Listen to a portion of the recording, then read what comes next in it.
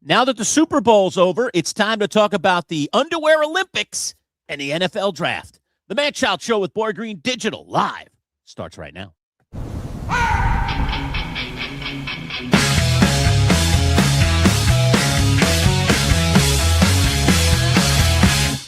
Let's go! It's time for the talk to you. 'Cause when comes sport, it's all we're gonna do. If Boy Green is always on the scene, it was gonna always bring to life. So get ready, get ready, 'cause here they come. All right, welcome aboard, everybody. Happy Wednesday. It's our Wednesday live show, Manchild Show with Boy Green Digital, presented by our friends at Northeast Roofing Professionals. NERPCNY.com to find out more. Now's the time to make that appointment for your roof. Get it checked out. Maybe you want to get a new roof. Find out. Get it priced up. Go see our friends at Northeast Roofing Professionals. And you see scrolling below us today, today's video brought to you by our friends at the Allen Floral Group, in particular St. Agnes Florist, but they have 6 of them across the central New York area. And you see that little scroll for Valentine's Day, which is this Saturday, 10% off online flower orders. Just use the promo code Manchild10 and just go to allenfloralgroup.com, and then they've got all the florists listed there, so you can pick the one that's closest to you here in the central New York area, and then order your flowers right there. I have mine coming on Friday morning. Already made the delivery. Got my 10% off. I'm ready to go. So again, Manchild10 to get 10% off. Don't forget to take care of your sweetheart. That's very, very important. For Valentine's Day. Don't be left in the lurch, as they say, using a little play off my last name. All right, welcome aboard. And joining us now, we're a little football talk. You've seen him in our NFL picks, but now he joins us live. I think this is the first time he's been live with us from Between the Hash Marks on Substack, his NFL Insider, little independent journalism site. Let's talk to the one, the only, Mr. Matt Lombardo. What's up, Matt? How are you? What's up, gentlemen? Fantastic. We're good. With you. What's the giggling? All right. I never get it. I'm never going to get it. I just should stop introducing Matt. It's a complete disaster. Hey, by the way, Boy Green, you noticed the swag, by the way. This Whoa. I've popped in a little bit on two. It's a prototype we're just starting to work on merch. I told you I'm working on setting up our online store for people who want to get merch. We've been showcasing our lovely 12th MC Manchild Show with Boy Green pint glasses. By the way, Matt, we'll get your address. I'm going to have one of these sent out to you, my friend, for all the wonderful. Oh, tremendous. But this is a prototype hat, Boy Green. This is the only one. Let's go back to it. I wanted to see what one of our online partners could do here and make the logo look cool. What's the review? I want to show it to you in person, but what do you think? I mean, did it come out pretty good? What do you think about it looks pretty good. You know, we have different hat styles. I like tell that flat hat, like the buckle, very big brimmed hat. Yes. Yeah, you know, I'm sort of a hat schnob. You know, I don't love the buckle hat. I love a little bit of. I'm all about that bass. If you catch my drift, so I like that in the hats. You know, a little bit of structure there. But you know like what? The flex fit, or you like the adjustable? I am a flex fit. I got to go flex fit. It's flex fit a ball of else. I can't have the snapback. I can't have the strap. It doesn't look as good when you wear the hat backwards. But Lurch, I got to say, you could not have timed this merch drop any better with the 12s winning the Super Bowl. I mean, you can ride the wave of the 12s. Yep, that's a good point. So that's our little VIP insider. So that logo is the 12th Manchild logo, which a few years ago, Matt, was my fantasy football team. And that was birthed out of the fact that the 12th man, I knew about that and the whole Seattle fandom thing. So a football and the Aggie, shout out to them. I was choosing 12th in that draft for the second year in a row. And I just wanted to maybe play off of that somehow. And then I just came up with, well, that thing in Seattle, that's kind of cool. The 12th man, can I play off of that? And I was like, the 12th man child, this makes total sense. This really, really works. Let's get some logos. Let's have some fun with this. And so we were, Bahal and I were talking about for our VIP club, you know, what are we going to call it? He has the Boy Green Coffee Club. Very nice. Fits right in with his name. We've got this long convoluted name, the Manchild Show with Boy Green Digital. I'm like, how the heck we put that in a name? And then he was like, what about the 12th man child? You know, they could be the 12th man children, essentially. And I was like, that's a good idea. You know, that was pretty catchy a few years ago. Let's bring it back. And then I didn't know this was going to be the year the Seattle Seahawks winning the Super Bowl. So good that has given it a little bit more prominence. So you're right, Matt. We're kind of on the crest of the wave here. We ought to ride it, baby. Ride it till it bucks. 100%. So again, Flex fit number 1, no question about it. Snapback number 2, again, when I was a younger, hipper kid, I used to wear the snapbacks, thought they were the cool thing. I have several of them, but I prefer flex. And then there's a pile of malarkey, and then there's the buckle. So there's a massive power ranking there. But yeah, so if we could work some flex fits are probably more expensive, so we're going to work that into the merch budget shop. But yeah, I'm interested. Yes. I know the odd thing. Yeah, you could if you go with the flex fit, you could actually write out the Manchild show with Boy Green along the fit. Yeah, I could get on the hat. That'd be nice. An odd one, and I just wonder if you have ever experienced this. I'm sure you haven't, since you both are big Flex Fit fans. And by the way, I like the look of the Flex Fit, so I'm totally down with you on that. Okay. The reason I don't like Flex Fit hats, and I do have a couple, but I rarely wear them, is because they give me headaches. Even though it's Flex, when it tightens down on my head, it gives you have the wrong size, is what you're saying. The wrong size. The wrong size hat. And if I get it too loosey-goosey, then the thing's sliding all over the place, and it's no good. I like. So do you just have a unique shaped head, or what, man? Because, there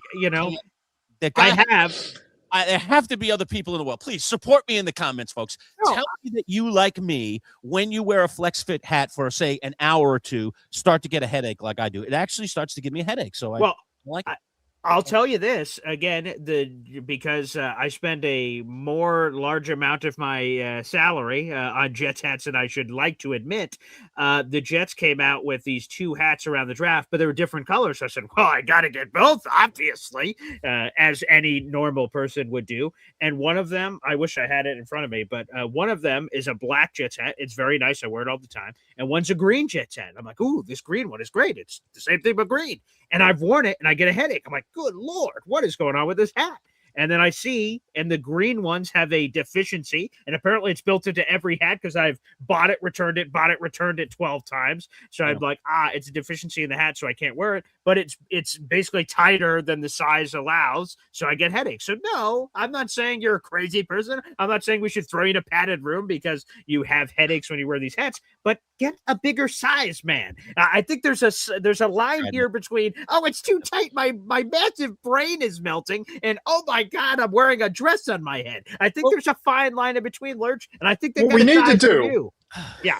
What we need to do is we need to go and find the guy who has that really fancy tool that measures the facial structure of the guys who are going into the Hall of Fame and winds up sculpting their busts. We have to find him and his tool, have them measure Lurch's head so that we can get the exact size for the Flex Fit hat. 100%. Yeah. So we got to work on that with the budget. Yeah. And is it like, I don't want to go down this road much longer, but finish this discussion on the Flex Fit. And then I just want to move on with my life. Okay. Because I'm very happy with the hat I'm wearing. Okay. It seems like it. Yeah. Okay. Doesn't the Flex Fit, it always comes in like small, medium, large, extra large. So it's that same thing of like when you're buying pants and they only sell in the even numbered inches, 30, 32, 34, and they don't have that 33 and that 35 that fits you perfectly. So now you got to either go tight or you got to go loose, and you can't find the right one. That's what I find with the Flex Fit. If I go the medium, if I go the large, extra large, the thing's flopping all over the place and it doesn't even stay on my head. If I go with the medium large, which is probably the correct fit for me, it gives me the headache. It just is a little too snug. I don't know what to do. Boy Green, you're closer to him than I am. Do me a favor. Like on screen, you mean?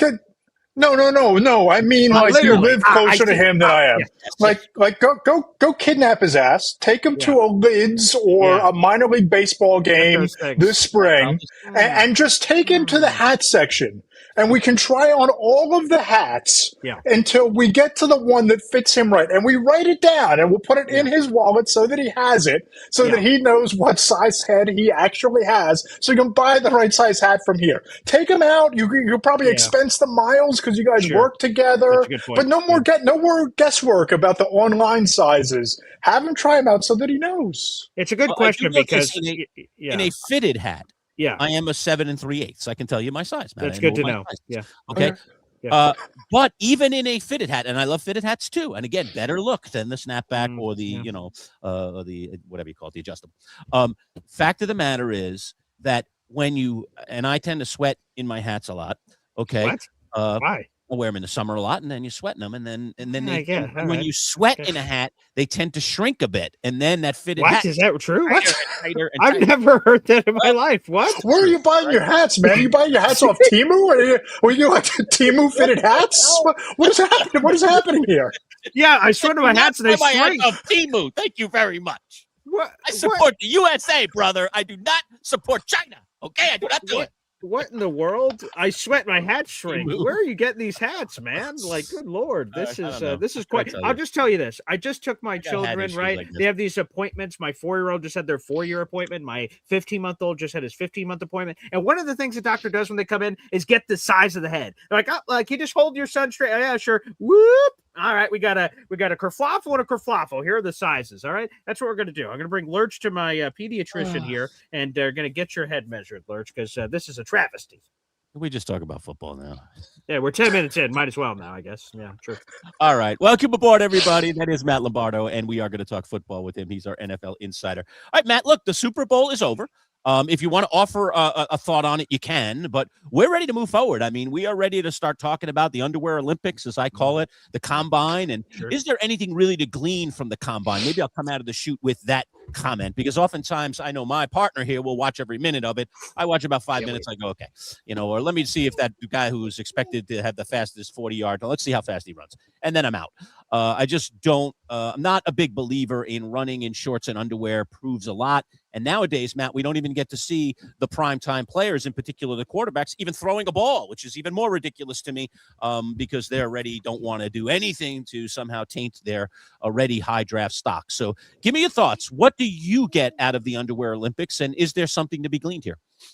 Yeah, I'll be in Indianapolis for the Combine for 3 or 4 days that week. And I'll say this, that you get so much more out of what happens at night, what happens after the workouts, what happens in the back rooms of the steakhouses or around the sports bar at the JW Marriott. You get so much more out of the conversations with agents and coaches and scouts, not just about what they're seeing from the NFL draft prospects, because like you said, Lurch, a lot of these guys don't even work out anymore. We're now seeing this trend. It started with Sean McVay and the Los Angeles Rams of not even sending their staff to Indianapolis for the workouts. They can watch it on NFL Network. They get the same medical reports emailed to them that every other team gets by being in Indianapolis. But the NFL Combine at this point, and you talk to agents of the top free agent players to be across the league, what the Combine now is, it's when the tampering starts, right? Legal tampering starts like 2 or 3 days later, or maybe a week after that. But the deals that you see announced the first day of free agency, they are scratched out, they are drawn up, they are put together over the shrimp cocktail at St. Elmo's. They are figured out, on the walk from the convention center into Lucas Oil Stadium. This really is the time of the year when the entire league is within a 1.5 mile radius, and they're talking about negotiating free agent contracts. This is when you saw the trade up with the New York Giants a few years ago with the Cleveland Browns to go up to the top of the draft. These are the moments, these are the days when those trade discussions take place. It's so much less about what happens in the workouts and what the prospects are doing, and more so it is the beginning of the business of the NFL kicking into gear for the offseason. Wow, it sounds like we're going to have some scoops between the hash marks with NFL insider extraordinaire Matt Lombardo on Substack. For sure. And if we can make the timing work with the press conferences, and let's face it, if I can drag myself out of bed from all of the scotch the night before, an appearance on this fine show with you guys live from Indy.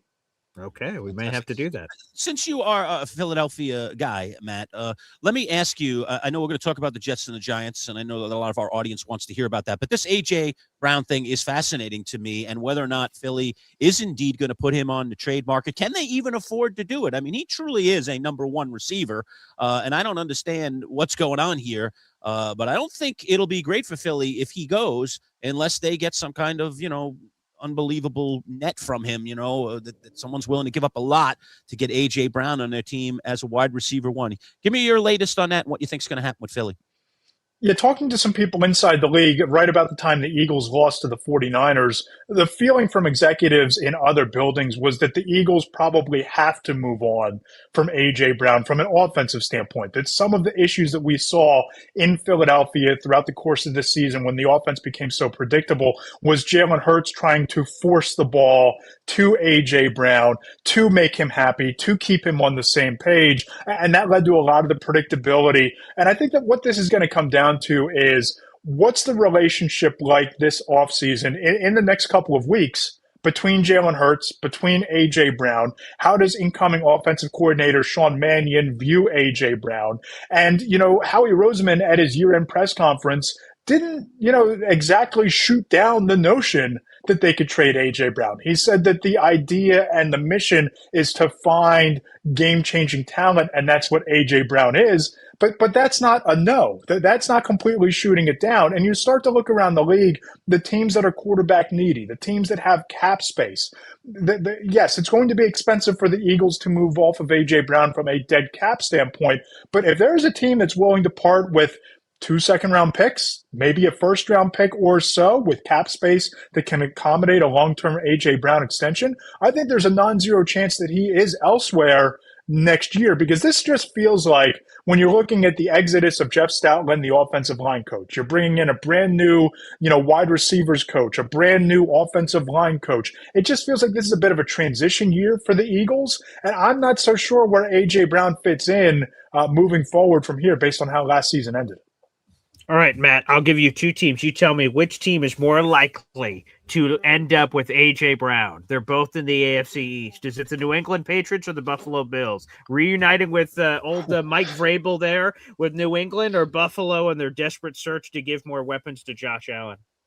I think it's the Bills, only because I don't think that it ended that well between Mike Vrabel and A.J. Brown when the trade went down on draft night. No, I've been told that it was other people inside the building that were driving that bus. There have been whispers that it was Mike Vrabel's decision to move off of A.J. Brown, but the Bills certainly seem desperate to add wide receiver talent around Josh Allen. And for all we talk about him being an MVP caliber quarterback, their lack of big play dynamic receivers, there was a spotlight shown on that in the playoff loss to the Denver Broncos. You promote Joe Brady from within, so you're talking about kind of a status quo schematic, moving forward from here. You drop A.J. Brown into that wide receiving core with that running game, with James Cook, with Josh Allen, you can elevate the ceiling pretty quickly. So I could see the Bills being one of those teams that's motivated to put the Keon Coleman debacle behind them. You bring in a receiver that takes a lot of the pressure off of Coleman's development, and just might raise the ceiling on what Josh Allen can be and what he can, power that franchise to be in the next couple of years here. Do you see a world, Matt, where, the Bills draft another receiver here early in this draft? I mean, it has been the talk of the offseason. It is the talk of the press conferences post Sean McDermott, Brandon Beane clearly on some kind of hot seat, although he's been promoted. So what kind of hot seat is he really on? But from a fan perspective, they need to see something during this offseason from their GM, Brandon Beane. So give me your thoughts on what you think the Bills are targeting here early in the draft. Yeah, I think that what Brandon Beane did last year in the NFL draft was really a disservice to Josh Allen and the offense. I mean, I get it. I get how you can watch the Super Bowl. You can see the Eagles front seven just terrorize Patrick Mahomes, stack him 5 or 6 times without even needing to blitz. And you think, okay, let's replicate that plan. Let's get more dominant along the line of scrimmage. Let's invest 3 of our first 4 picks in front 7 defenders, including our first round selection. And I can kind of see the vision. But I don't have Josh Allen as my quarterback. And if I have Josh Allen as my quarterback, my singular mission is to surround him with game-breaking, game-altering talent, especially in the passing game. So if I'm Brandon Beane, if I'm the Buffalo Bills, if I'm going to Indianapolis, I am setting up interviews with every wide receiver who's projected to be a first-round talent, a second-round talent, a third-round talent. I'm looking at free agency, and I'm seeing Alec Pierce could become available if the Colts cannot afford to keep him. I'm looking at Romeo Doubs as a reliable game breaker. I'm looking at Wan'Dale Robinson. And if I'm Buffalo and I look at how the AFC playoffs played out, how my season ended, I'm investing my first-round pick in the top wide receiver on the board, and I'm going into free agency, and I'm throwing money at the problem because I look at Philadelphia with 2 number 1 wide receivers. I look at what Kansas City has built their receiving core into. I look at, what the Seattle Seahawks did with Cooper Kupp and with JSN and the weapons that they had around him. And I just think that you need 2 wide receivers, and it's long past due that the Bills go out and make a concerted effort to upgrade that position. All right, let's go to the chat. We see a Manchild Boy Green digital membership was just gifted to the universe, Benny. Hell yeah. Here we go. Oh, yeah. The love Terry is Tate. being spread. So Yes. a little sounder now, Matt. Every time we get a membership, we give you a little Terry Tate. Hell yeah. Hell yeah. Love it. That's nice. Little Shout out, by the way, for number one Austrian Jet fan for gifting that membership out in the audience. That membership went to Hoolers123. Thank you for joining the Manchild Show of Boy Green digital membership. Now, normally, Matt, you know this very well, being on my show, that when a membership is gifted on my program, you hear the draft chimes, which is a beautiful transition to getting in some Jets Giants draft talk here. Again, the combine's only a few weeks away. We'll have free agency after that, of course, and then the draft inevitably coming in late April in the beautiful city of Pittsburgh here. We'll start off with Lurch's Giants. They have the 5th overall pick in this draft. They've been a popular destination for wide receivers. Harbaugh's also an old school coach, so you could go trench warfare potentially here for Big Blue. What's sort of the play here? And is the sort of bringing in of John Harbaugh any indication of sort of an identity play here of where he could lead with his first round pick of the Giants era? Yeah, I look at the Giants and I think they're really fascinating, right? Because you could easily see them go out and take a Carnell Tate out of Ohio State, and you would have 2 really dynamic wide receivers with Tate and with Malik Neighbors. You have Cam Scatterbo, you have Theo Johnson. There's your turnkey offense, right? That's Jackson Dart's set of weapons for the next 5, 6, 8 years in New York. But if I'm Joe Schoen and if I'm John Harbaugh and I'm looking at this and I'm looking at spending the past 15 years trying to build out an offensive line with Andrew Thomas as the only real discernible asset that I can point to and say that we have the trappings of an elite offensive line, I'm looking and I'm taking the top offensive tackle on the board. Now, Francis Maluga from Miami is probably gone at that point, but you look at, the kid from Utah, the name escapes me, but he didn't allow a sack last year, only allowed 1 sack the previous year. I'm getting a bookend tackle because I look at what the Chicago Bears did. And I look at the fact that Caleb Williams went from having to withstand 68 sacks as a rookie to 24 this year, and how trading for Joe Thuney and trading for Jonah Jackson and signing Drew Dalman really elevated that entire offense. I think that I get more bang for my buck drafting a bookend right tackle to Andrew Thomas than I do going out and getting another wide receiver, because I can re-sign Wan'Dale Robinson. I can bring him back. I can go into free agency and I can find a wide receiver, or I can draft one in the 2nd round. But franchise offensive tackles with this organization's lackluster track record of drafting and developing them, they need to get that right. And an offensive tackle can set the rest of your offense up for years to come. I'll tell you. By the way, that is Spencer Fano. Fano is the name we were talking about there out of Utah. Go ahead, Lurch. I'll tell you what would really make me sick, Matt. Forget about the Giants here for a minute, although we're picking at 5, and maybe we could spoil the apple cart here or upset the apple cart. It would really make me sick if the Kansas City Chiefs end up with Jeremiah Love. I do not want the Chiefs to get Love. Somebody in that top 8, right? Because I think they picked 9. Somebody in that top 8 needs to take that guy. I do not want them walking away from that draft now because they're expected to be a great team this year. They don't have that season that everyone's expecting. Now they find themselves way near the top of the draft, in the top 10 for crying out loud. Right. For a running back, because their running game is falling apart. Pacheco can't stay healthy. Everyone else is falling off the planet. All right. They need some help from Mahomes in that backfield. And now they're going to end up with Jeremiah Love, the top. I can't stomach. I would be in favor of the Giants taking him at 5, in all honesty, if it stopped them from getting him. And maybe he becomes the remedy for the Saquon Barkley mistake. Do you think there's any chance that the Giants would do that at number 5? That's how you get yourself fired. Okay. If you're taking a running back for the sake of preventing the Chiefs from taking a running back, when you have a hole at wide receiver, when you have a revolving door at right tackle, when you have cornerbacks that you desperately need to upgrade in that division because of the receiving cores that you're lining up against, and you take a running back that high, man, I just don't see it. I mean, I can get on board with the Carnell Tate pick. Have you seen our backfield? We got a hole there, too. That hole's as gaping as safety and cornerback and all those other things you mentioned. We got a hole in the backfield. We're still running Cam Scatterbo out there for crying out loud. Man, old man Singletary? Come on. When Cam Scatterbo was healthy, he was top 5 in forced missed tackles in the NFL. So, when he's healthy, he's a guy that you can rely on, and he's extremely cheap.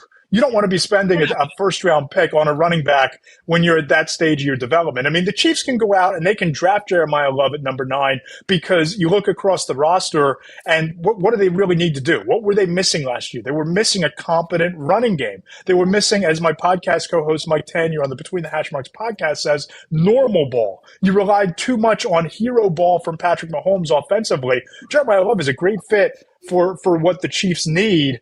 The Giants have too many other bigger needs, and they need to stop picking in the top 5 or 6 of the draft. Taking a tackle or a game breaker is a quick way to change that. Yeah, I'm not proposing they're going to do it, Matt, so I'm not off on my rocker crazy that they're going to go do that. I just don't like this idea. Is there somebody else in there? I mean, let me follow it up with this. Is there someone else in that top 8 that could take Love and that it makes sense? Let's talk about 100%. A very popular destination is the New Orleans Saints at 8 to surround Tyler Shuck with a lot of talent. I've seen that very popular. Love end up in the 8th overall haul. Although I do just want to give a tip of the cap to Lurch. Matt Nagy revenge angle for reason to take Jeremiah Love 5th overall to get back at the Chiefs. I hadn't thought about that, Lurch. I've been giving that a lot of brain power, so I respect that. But that's been a popular one that I've seen. But I think that's the highest I've seen him go, quite frankly, is 8.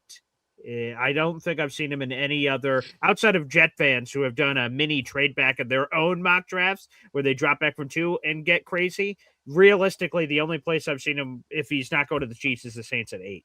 Is he a top 5 talent, Matt? You think he's a top 5 talent? Let's ask you that question. Yeah. Top 5 to top 8 talent for sure. I mean, I just think that this is a really strong trench warfare type of class. You have some really good front 7 defenders at the top. You probably have 3 offensive tackles if you include Proctor that could go off the board in the top 10 picks. And just from a positional value standpoint, I'm probably taking Tate before I take Jeremiah Love. But again, you Love in the right situation, he can be an immediate 1,205 touchdown type of weapon for you as a rookie. It just comes down to how badly do you need a running back? How important is the running back position to what you're doing? In New Orleans, as Paul, you mentioned, you take a lot of pressure off your second-year quarterback who they've now felt very comfortable building around. In Kansas City, he could be the missing piece in an offense with Xavier Worthy and a Travis Kelce and a Noah Gray and Patrick Mahomes and a decent offensive line. But you start looking at other places, Tennessee, I think they're still another year away talent-wise and roster construction-wise from a running back mattering. The Giants have other holes. The Jets, if you're going to draft Jeremiah Love, you might as well throw a bunch of money at Breece Hall or Kenneth Walker because you have the money to spend and you have other needs that you need to fill with guys on affordable rookie contracts, such as a front 7 defender, such as, maybe a cornerback. There are just too many things that you need to do where drafting Love doesn't make a whole lot of sense. There's been a lot of speculation about Caleb Downs maybe he's been mocked by some people for the Giants, a safety at number 5. We don't Ohio see State, safeties. yes. Ohio State, thank you. We don't see safeties go that high very often, but there have been a handful of them, some successful, some not so successful. Do you take a safety at 5? He's a good player. A lot of people really like him. Yeah, and I think that that's one of your needs. I mean, I thought they got a lot out of Tyler Nubin a year ago, but I think that that's still anything in that secondary, I think, is where you need to be looking in terms of your priorities for the defense, right? Because along the front 7, you have 3 prolific edge rushers in Brian Burns, Abdul Carter, and Kayvon Thibodeau. You have Dexter Lawrence. You have the pieces to be a dominant defense. But what you need is what we saw from the Seahawks. Why were the Seahawks so successful in those nickel blitzes with Devin Witherspoon? Because they had so much trust in the other cornerbacks that they could leave them on an island. The Giants don't have that right now, right? And even all of the pressure that they create, they don't have the pieces in the secondary to make the errant throws matter. They don't have the complementary weapon on the back end to really accentuate what they do up front. So yeah, I could see Downs being in play for them, certainly at number 5.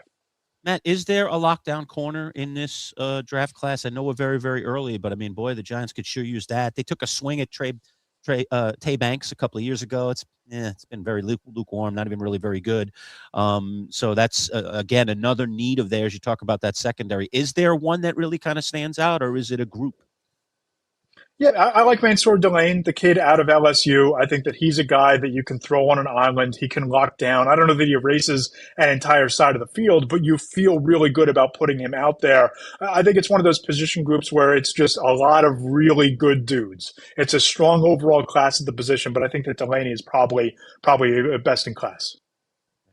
There you go. I would also give a little bit of love to Jamad McCoy, another corner that is often mocked. Shortly thereafter on Mansour Delaney's the corner out of Tennessee. He missed all of last year due to injury, so he's super talented.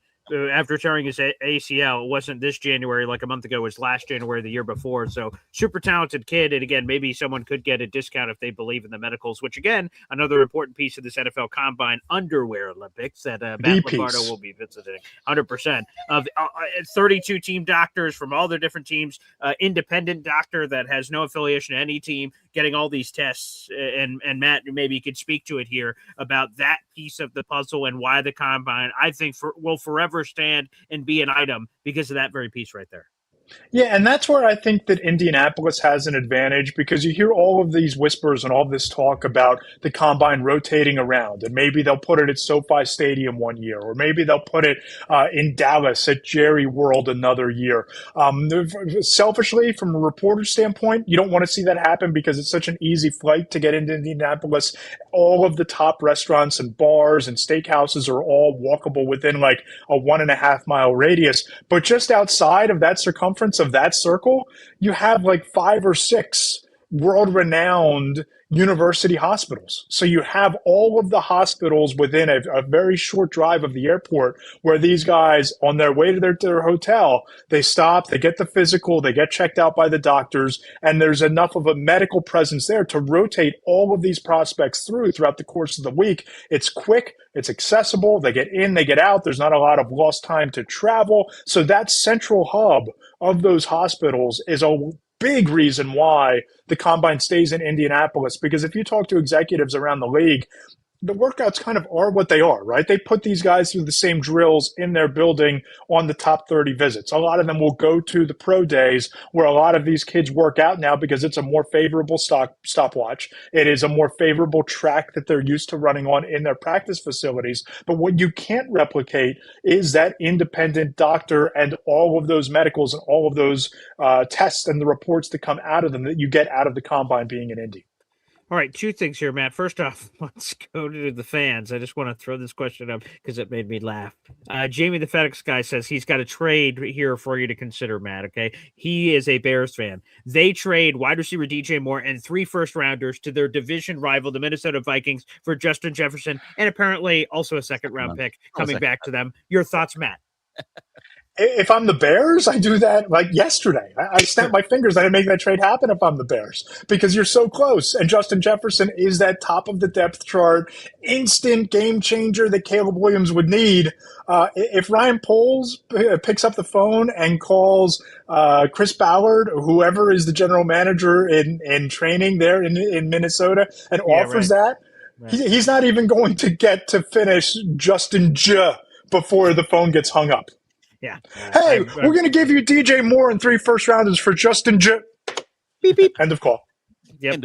It's not happening. It's going to be very quick. Yeah, I don't think so either. Sorry. We'll end our session, Matt, with you to go over to the Jets, who have the highest of all the picks. Boy Green's team stacked at number 2. It doesn't appear they're going to get the quarterback of their dreams unless they're dreaming of someone other than Fernando. So what should the Jets do here? Is it a trade out? Is it a draft one of these stud defenders? And is there one that really sticks out the most? This is really the jetsiest thing ever jetted, right? Because it's a 1 quarterback class, and you wind up with the number 2 overall pick, and you desperately need something at quarterback. Sure, you have the cap space that you can throw at Malik Willis, or you can throw at Daniel Jones, or you can go and find whoever you think that your best option is at quarterback, at least for this year, but you're not going to get Fernando Mendoza. So if you're not trading back to add more draft picks, which you already have 5 first-rounders over the next 2 years anyway, and I don't think that there's going to be a horde of teams barnstorming the gates to try to move up to number 2 without that quarterback there. Stand pat and take the best player. If the best player on your board is the top edge rusher, take the edge rusher. If the top player on your board is the cornerback, take the cornerback. And just start accumulating blue chip talent everywhere. With that second first round pick in the second round, all throughout the draft, stick to the best player available, build up the talent pool, and you look to 2027 for your long-term solution at quarterback, and you're still well armed to get that quarterback next year because you have the 2 first-round picks as ammunition to trade up if you have to. And I see that you guys have more questions in the audience. I've got the perfect solution for you for Matt Lombardo. It's right there, mattlombardo.nfl.substack.com, baby. He has a weekly mailbag that you can submit your questions to and become a part of the family between the hash marks, everybody. So we only have Matt for a limited amount of time today, but that's okay. If you want to send in those questions, there's plenty of time for those. Again, mattlombardo.nfl.substack.com. Matt, me and Manchild, I'm sure I could speak for him. Thank you, as always, for all the NFL pick segment all year long, and we're going to have to do some check-ins, obviously, here during the offseason. Dude, let's lock this in every week. This was a ton of fun. 11 o'clock sharp. We'll get the hat situation figured out, so we don't have to worry about that next time. Order a snapback now. Sure. A flex fit. Yeah, come on, Lunch. But come on. the great thing, if you allow me, I'll tell you that much. Yeah, that's for sure. Go ahead, Matt. The great thing about the mailbag is that if you have questions, get them to me on social media or subscribe to Between the Hash Marks and hop into the subscriber chat. I take those questions and I ask them to the top agents representing a lot of these players, a lot of these draft prospects, or I'll shoot a question to a front office executive or a coach or a general manager, get their answers to your questions. And the mailbag column runs every Friday at Between the Hash Marks, Matt Lombardo, NFL.substack.com. Matt, thanks as always, man. Always a pleasure to get together with you. We'll talk to you again next week. You got it, boys. Talk to you then. All right, I'll work on the hat thing. Please do. Today's show presented, I should say, by our friends at Northeast Roofing Professionals. And today's video is brought to you by our friends at St. Agnes Florist, part of the Allen Floral Group. And you see below me that running scroll. You can get 10% off your online flower orders if you order from the Allen Floral Group. It's allenfloralgroup.com. And then use the promo code MANCHILD10. Very easy to remember. I've already ordered my flowers. Get yours ordered. They will deliver. Mine are being delivered, so I don't even have to worry about it. Boy Green, no need to go buy them. Just deliver it for me. All right. It's fantastic stuff. So save yourself 10% with our friends at Allen Floral Group. With that in mind, let's take a moment, learn a little bit more about our friends, and then we'll be back with more discussion about the NFL draft, the combine, and anything else that's on your mind. Get in the comments right now. And don't forget, if you're not already a subscriber, please click the subscribe button. If you are a subscriber and you want to be part of our membership, you can join in our memberships. Just go to our YouTube page right there, youtube.com/@MCShowDigital. And then there's a little button that says join right next to the one that says subscribe. So subscribe should be checked already. And now just click on join and you can join. And we have 3 different levels and you can see all the cool perks, including some cool emojis that you can put in there for yourself, including my dog Mookie. I'm still waiting for the first person to pop up a Mookie emoji. You're going to get my attention if you do that. I might even play a video for you if you dare to do that, like we do when we get the multiple subscriber situation where people buy multiple subscriptions. You get a little special video, and we've got a whole slew of them that are pretty cool. All right, so let's just take a moment, and then we'll be back. More of the Manchild Show with Boy Green Digital right after this. Finding the right local roofing company can be tricky. You don't want to hire the wrong roofers, or you could end up spending a fortune on repairs. The pros at Northeast Roofing Professionals can ensure your home is protected by a strong and sturdy roof. Locally owned and operated, over 30 years experience, free estimates, and competitively priced. Don't settle for an inexperienced roofing contractor. Turn to Northeast Roofing Professionals. Discounts for military and first responders. Reach out and let them put a sturdy roof over your head. NERPCNY.com. NERPCNY.com.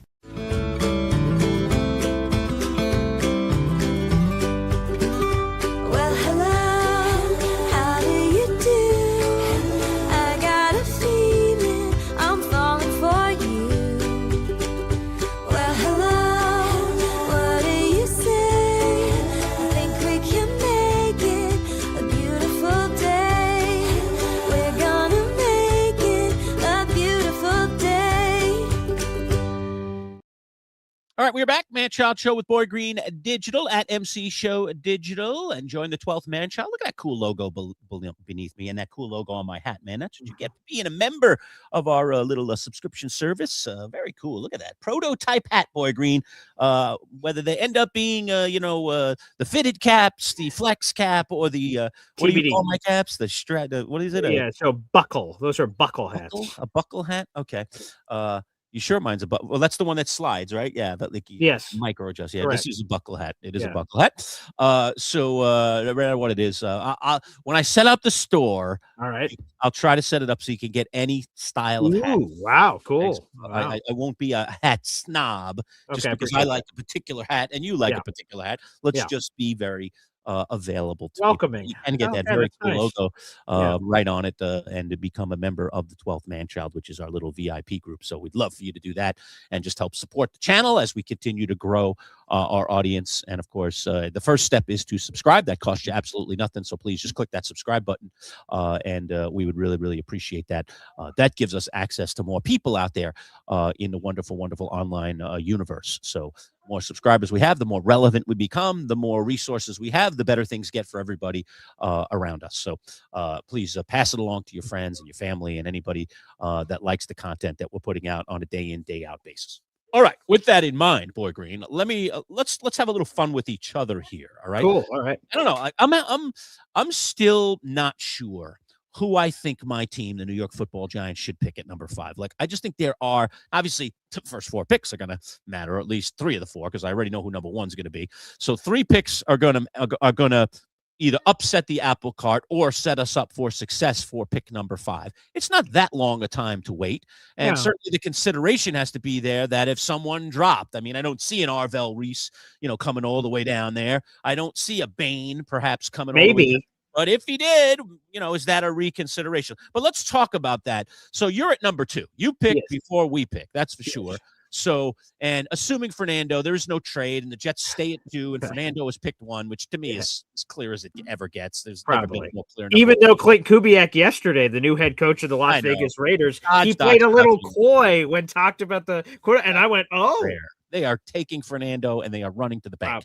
Okay, so that is happening. Just don't even listen to that nonsense. Okay. There's no possibility, unless the guy broke his leg between now and the draft, that they would even consider that. So, all right. So Fernando's 1. That leaves 3 picks before the Giants. But one of those picks is the Jets, and they have the very next pick.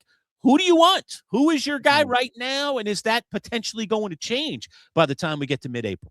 Oh, I'm sure it will. A name, though, that I will tell you that not that I'm the GM, but that I'm considering for the Jets that I would love, that could still be available at 5. Field Yates of ESPN dropped his latest mock draft today, and there was a slip and slide for Ruben Bain Jr. He fell to 10 in Field Yates' mock draft, and the big concern is arm length. We have a question about that, about a different player, which I'll talk about later. So thank you for all your questions, and keep those coming, and I promise we'll get to those before the show's over, about a certain prospect that had short, tiny arms that couldn't reach the top shelf in the Super Bowl, who didn't have quite the showing they were hoping for. But yes, Ruben Bain, that's going to be the talk once we get to the combine and his arms are officially measured and we see that they are shorter than the desired lengths for NFL teams. So Ruben Bain will be a polarizing guy. Now, when you watch the tape of Ruben Bain at Miami, you didn't see the arm length be much of a factor in him struggling in any way. So you're projecting that for the NFL of what you think could be a problem. So Ruben Bain could be available there at 5. You said earlier, you don't know if you see him slipping. He slipped in Field Yates mock draft to 10. So I guess it's possible for that. So you never know. But to answer your question for number 2, the Jets, in theory, if Fernando goes number 1, as everyone says, the Jets will have the number 1 overall pick of all the non-quarterbacks, because there doesn't appear to be a quarterback worthy of taking a 2. So then the Jets have their pick of the litter. Their favorite wide receiver, their favorite pass rusher. The offensive line is out of the question. The Jets have their tackle, so it would only be a guard situation. You're not taking a guard 2nd overall, so that's off the table. Jeremiah Love could be potentially on the table for the Jets. So running back, wide receiver, it depends on Breece Hall's future. But to answer it myself, I think it's a coin flip between 3 of the front 7 players. I think there are 3 in consideration. It is Ruben Bain Jr. out of Miami. It is Arvell Reese out of Ohio State. He played some linebacker at Ohio State and edge rusher. So depending on where you project him, most project him as a full-time pass rusher at the next level. So you have that to consider. And then David Bailey out of Texas Tech, and that defense was nasty this season. He's a pass rush specialist. Those are the three. And if a gun was to my head right now, I would pick Arvell Reese out of Ohio State. You need a creative defensive mind, so that could be of some concern if you don't believe AG is that guy, because, again, he's played some Mike linebacker, he's played some pass rusher. But all the draft experts tell me they believe he's the best player in the draft, regardless of position, even better than Fernando. But because Fernando's a quarterback, he's going to go number 1 overall. So if we have a chance to get what some people are saying is the best player in the draft, and our defense was straight cheeks last year, as the kids say, well, then the decision should be very easy for the Jets. Draft Arvell Reese, draft a really good football player. Your defense desperately needs it, and let's go win a bunch of ball games. So at this point, February 11th, gun to my head, I say Arvell Reese. But I am totally up for – I am not locked in on that. That is not in concrete. That's not in permanent marker. I am very much open to change over the coming 3 months of the draft leading up into April.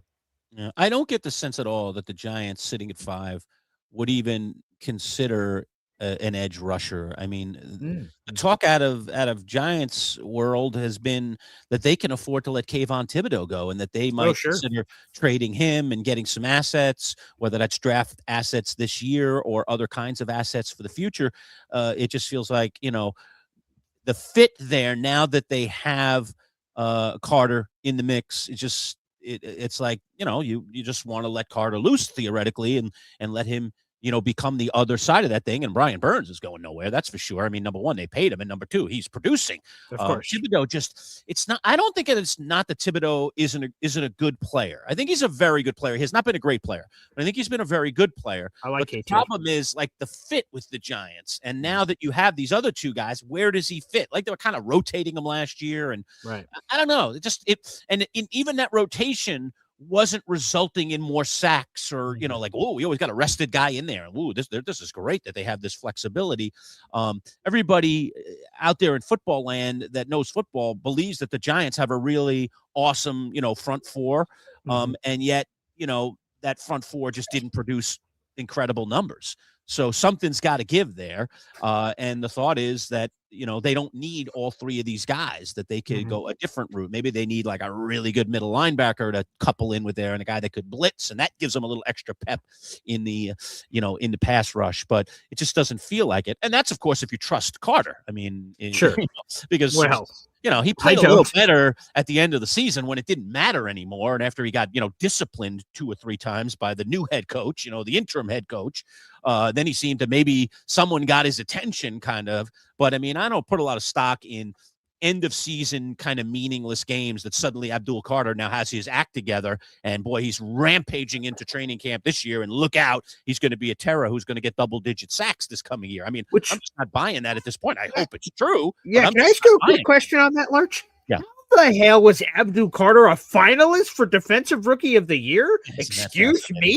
I thought that was a little weird too. He was on the ballot? With all due respect, I don't care where you're drafted. What did you do this season?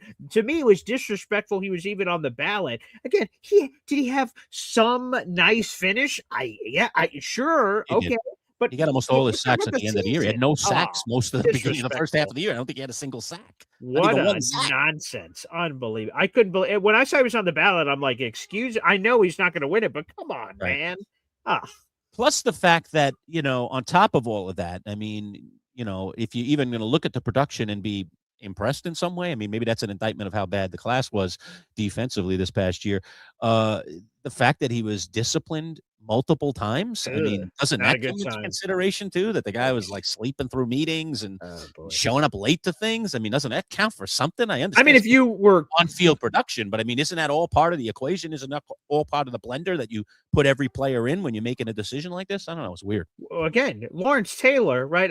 Bill Belichick tells the story that he came into a Giants defensive meeting room. He saw Lawrence Taylor sleeping in the back of the room, and he notified Bill Parcells, and Bill Parcells said something like, don't disturb him. Like, don't wake him up. The joke is like, no, he's good enough to, sort of be fine sleeping. Again, if Abdul Carter had that kind of production, that'd be one thing. He didn't. So yeah, and this is the hope, as Boss Girl 8 says here. I think Abdul Carter heard the wake up call, and now with Harbaugh there, he'll be just. Well, I hope so. You better hope. That's it. I mean, if he turns into a bust, if Abdul Carter turns into another Evan Neal. I know Evan Neal's an offensive lineman. Right. If he turns into another Evan Neal, this is a disaster of epic proportions. Definitely. I mean, I don't think that's going to happen. I think he's too talented. Okay. But it still is a matter of, can he get his head on straight?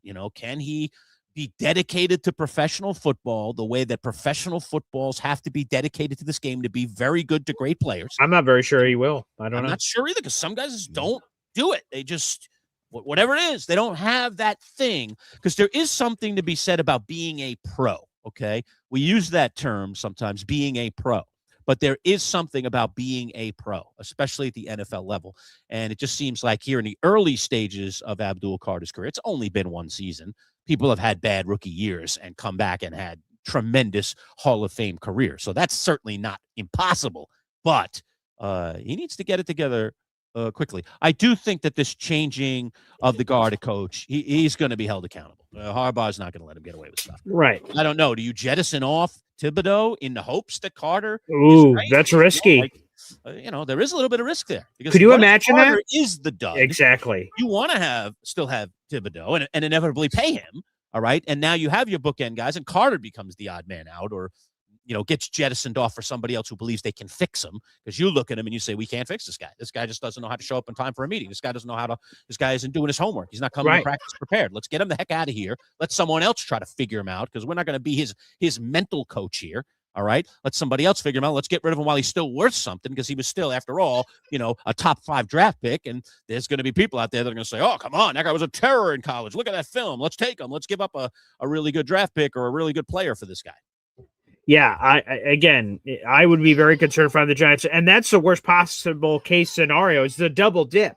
You bet on Abdul. We drafted him top 5. He's our guy, and I know KT was also drafted top 5, but a couple years ago. But the contracts of when you have to pay them, those decisions come up. You say you're the Giants. You're like, we're trading Kayvon Thibodeau to insert team wherever. We trade him off. Abdul Carter ends up being a bust, and KT's a superstar for someone else. Oh my gosh. Like, you're the judge. You're like, geez, Alou, we totally blew this thing. In theory, we had this great NASCAR package of Sexy Dexy, Dexter Lawrence, Brian Burns, Kayvon Thibodeau, and Abdul Carter. And then all of a sudden you destroyed it from the inside with how you handled that. So, oh my goodness, that would be nuts. I see this Twitter response from CBW saying, ask the Giants about taking a running back at number 2 overall. Look at this. Both of our jerseys hanging up are from the same draft class. I got old Darnold, old Sammy over here from 2018. He's got Saquon Barkley from 2018, 2 and 3 in that respective draft. Absolutely. So, hey, again, I know Jet fans are going to be bothered by the Jeremiah Love talk. Here's the fact of the matter.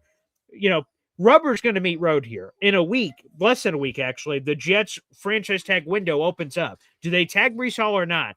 And starting next Tuesday, so that's the 17th, they will have 2 weeks to decide whether to tag Breece Hall or not. If they don't tag Breece Hall, Rich Cimini has already informed us that Breece Hall ain't coming back. If he doesn't get tagged, he's going to another team. So if you tag him, you obviously have a lot of options to tag and trade, keep him, or whatever's going to happen. If they do that, I would be shell-shocked if they made a move for Jeremiah Love and have Breece Hall. That would be overkill. But if they move on for Breece Hall, I think the Jeremiah Love thing is totally on the table. And now it's all a conversation of, how do you get him? Do you trade back from 2? Do you move up from 16? And then we get into all kinds of other conversations. But, again, as a diehard Notre Dame fan with my dad, I've seen plenty of Jeremiah Love in his collegiate career. For those who haven't seen it, Jeremiah Love is a freak.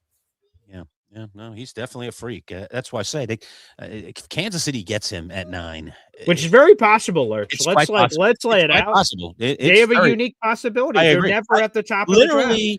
There really is only a team or two that could potentially go that route. That's there now. I mean, trades can happen. Obviously, things can change. But if we look at the draft, the top 8 right now in front of Kansas City, and assuming Kansas City doesn't trade up, all right, let's just say they stay at 9. And they're sitting there saying, come on, Jeremiah, come on home. Come on home. All right. If that's the bet that they're hedging, there may only be 1 or 2 teams above them that could potentially And I think it's really only one, unless a trade happens. It might only be New Orleans because right? Giants aren't going to do it. I was messing with Matt a little bit, but it just does tick me off that, somehow, some way, Kansas City, who we already know is pretty good, and I know they didn't have the season they wanted, and they are aging. They have some things to fix, but they're going to be good again. But they're the difference. Look at the top 10 picks and tell me which team doesn't belong. It's clearly the Chiefs. Everyone else, ridiculous. I sort of saw this coming. Right. So this random down year could work out perfectly. They have down year Jeremiah Love available, bing, boom, bam. They're able to get him and then be immediately an awesome team again next year. That could totally happen. Right. And a player like that, see, Love is going to be a plug and play.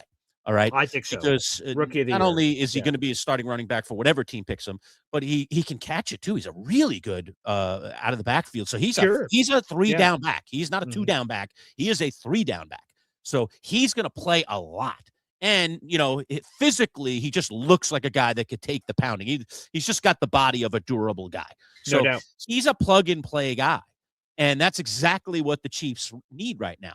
I would love it so much more if someone steals him away. And now the Chiefs have to pick, all right, we need an offensive lineman, we'll go get that. Or we need a defensive end, we'll go get that. And now it's not a player that's going to impact as hugely as Love could potentially on the right team. And the Chiefs would be, I'm sure, in their glory if he was sitting there at 9. But I agree with you. I mean, I think it's actually a better than 50% chance that he will be there at 9, unless someone else who has that need and really likes him gets it in front knows that and trades up. Right.